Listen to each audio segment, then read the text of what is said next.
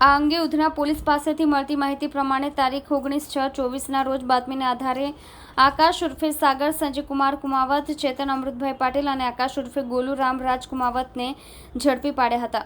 પોલીસે ચોરીની બાઇક સાથે ત્રણેય આરોપીને ઝડપી પાડ્યા હતા. અંગે પૂછપરછ કરતા તેમણે જણાવ્યું હતું કે ડિંડોલી ભેસ્તાન આવાસ પાણીની ટાંકી સામેની ખુલ્લી જગ્યામાં ચોરી કરી હતી.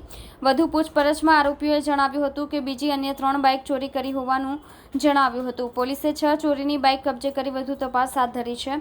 આરોપીઓની મોડસ ઓપરેન્ડી વિશે પોલીસે જણાવ્યું હતું કે આરોપીઓ ખુલ્લી જગ્યામાં કે અવાવરૂ જગ્યામાં પાર્ક કરેલ બાઇક પાસે જઈ પોતાની બાઇકની ચાવી વડે લોક ખોલી અથવા તો પોતાની બાઇક વડે ધક્કો મારી આગળ લઈ જઈ લોક તોડીને બાઇકની ચોરી કરતા અને ચોરી કરેલી બાઇકની નંબર પ્લેટ કાઢી ડિંડોલી ગોડાદરા બ્રિજ નીચે મૂકી દેતા. જ્યારે ફરવા જવાનું હોય ત્યારે ચોરી કરેલી બાઇક લઈને ફરતા હતા.